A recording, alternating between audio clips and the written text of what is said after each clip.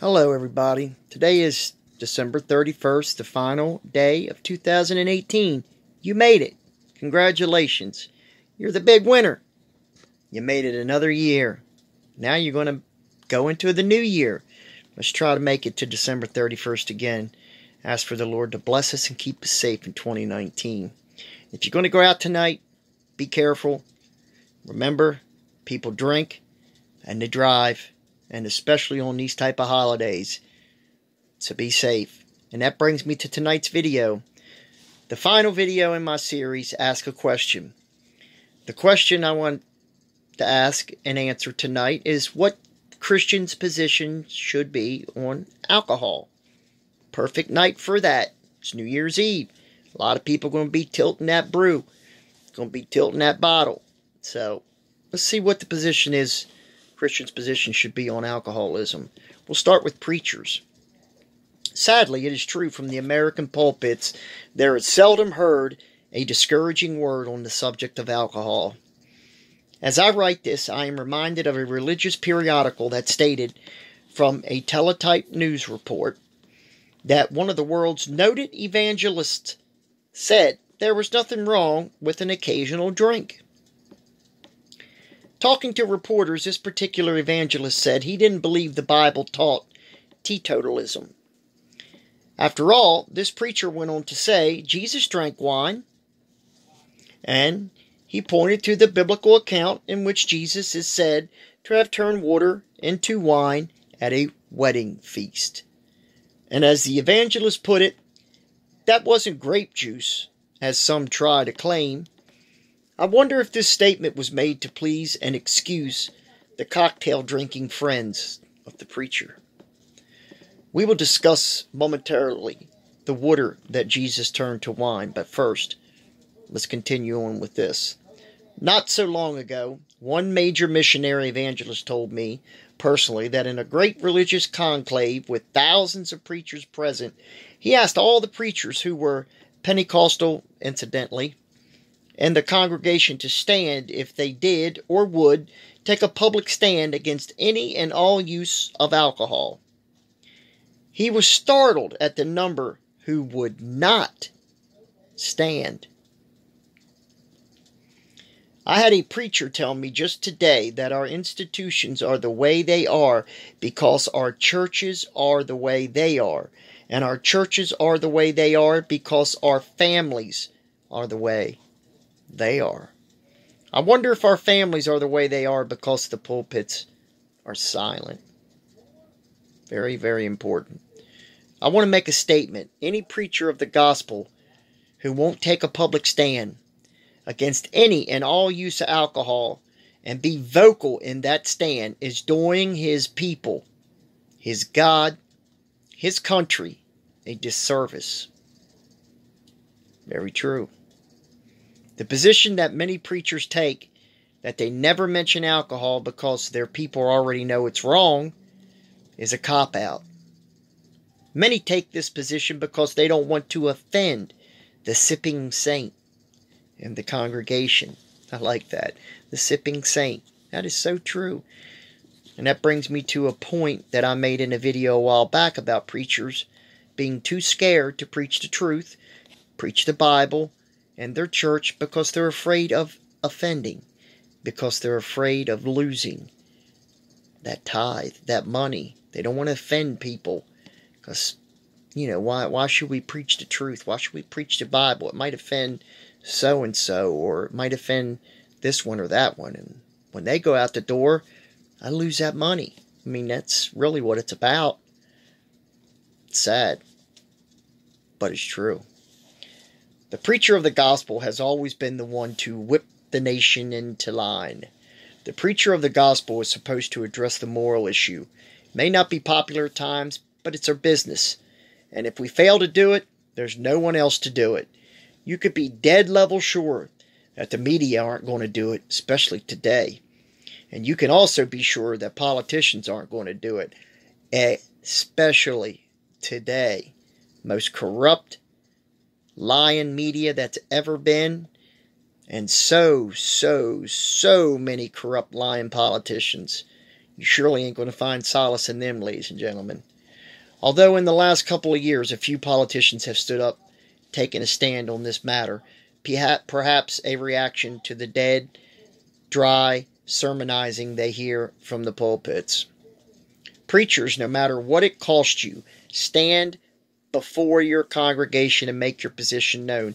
Warn the young people of the terrible ravages of alcohol. Make no bones about it. Pull no punches and quibble not. And if you don't have strong feelings about seeing death and carnage all around you as a result of America's worst drug, there's something wrong with you. What should the Christian's position in respect be to alcohol? Which is the title of my video. Any true Christian in today's society desiring to set a good example for the cause of Christ will be a teetotaler. It's just that simple.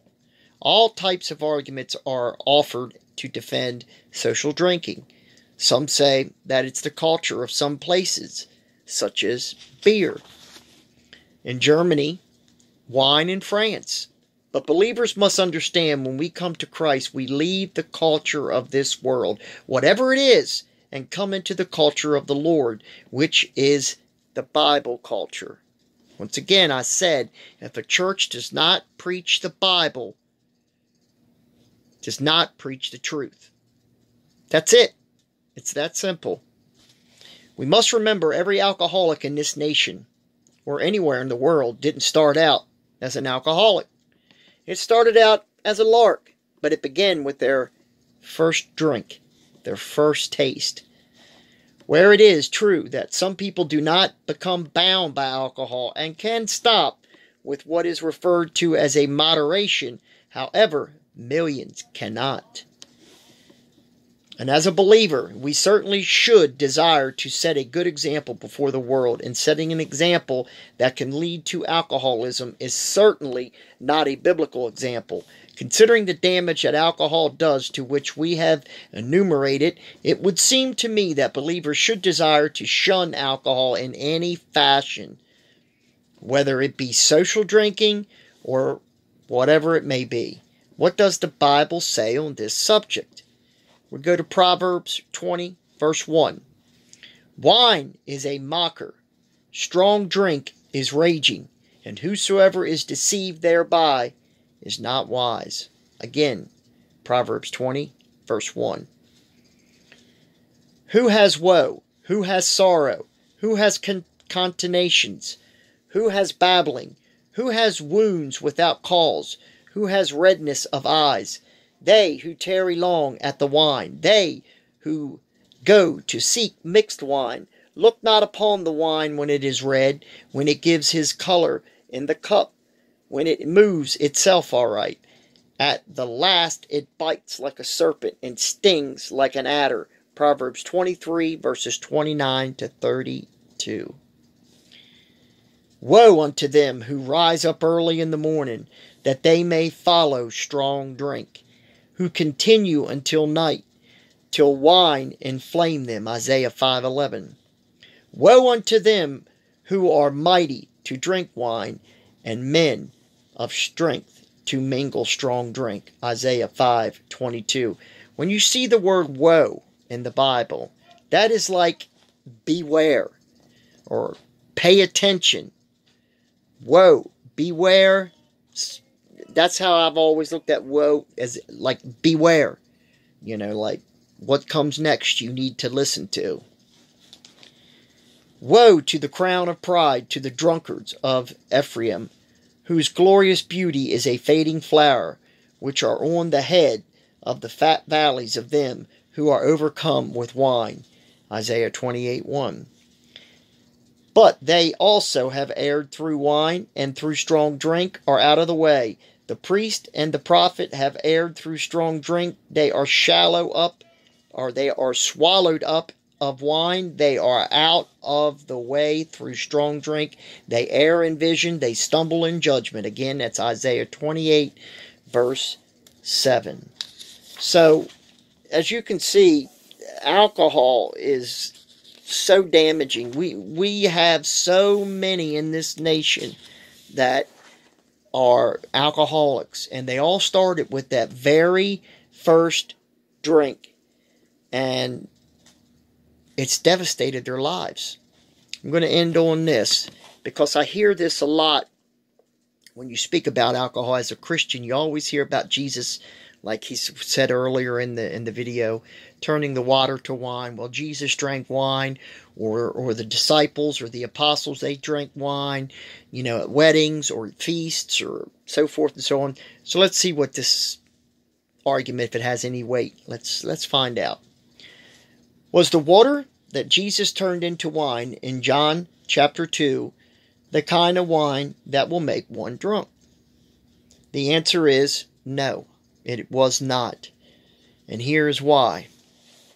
If the wine is understood to be intoxicating wine, our Lord is automatically placed in a position of providing who had already well drunk, John 2:10, with more wine. If it was intoxicating wine, the Lord would have been breaking his own law against temperance. The total amount of water turned into wine that day was about 150 gallons.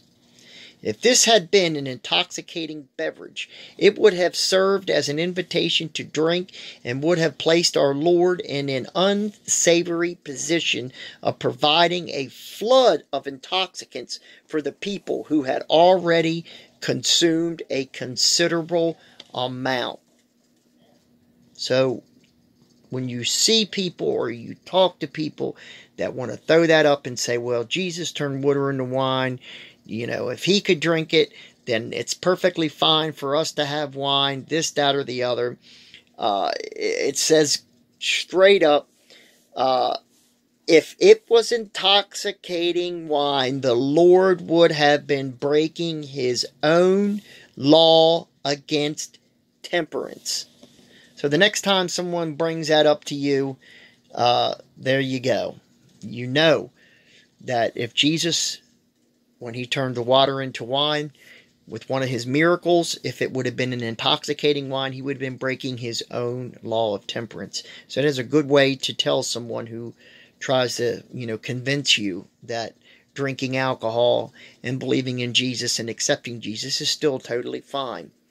I've heard people say, well, if you go to a special occasion like a wedding or so forth, so on, you could drink this, that, or the other. To me, that's always making an excuse. You're making an excuse to be able to drink or to do that lifestyle, which is sin. It's a sinful lifestyle because alcohol does destroy. I've had people in my family who were alcoholics who have destroyed their lives from alcohol, either by DWIs, by losing license, or their health with liver cirrhosis of the liver, which is caused from drinking excessive, majority of the time, it's caused from drinking large amounts of alcohol over a long period of time. You get cirrhosis of the liver from being an alcoholic, and it will kill you. Unless you get a new liver, it will kill you. And usually they don't put you too high up on the liver transfer list when you've destroyed your own liver from drinking alcohol. So, alcohol destroys. It destroys marriages. It destroys families. It destroys your own life. So why on earth would you want to try to go down that path? Why? It's no different than drugs. Alcohol is a drug. It alters the mind. It alters the state of mind. Therefore, it is a drug. It is a drug that you drink. It's that simple. So as a Christian, that should be your stance on alcohol. I hope you enjoyed this video, this series I have given. That is the last series for the year of 2018. Please be careful tonight. I cannot just say it enough. I cannot express it enough to just be careful if you're going out on the roads. There really is a lot of younger people out there and older people that just don't think they've had too much to drink and they get behind the wheel. And that's how accidents happen. So please, if you're going to go out, please be safe. If you're a Christian, just ask the Lord to give you travel mercies and to bring you home safe.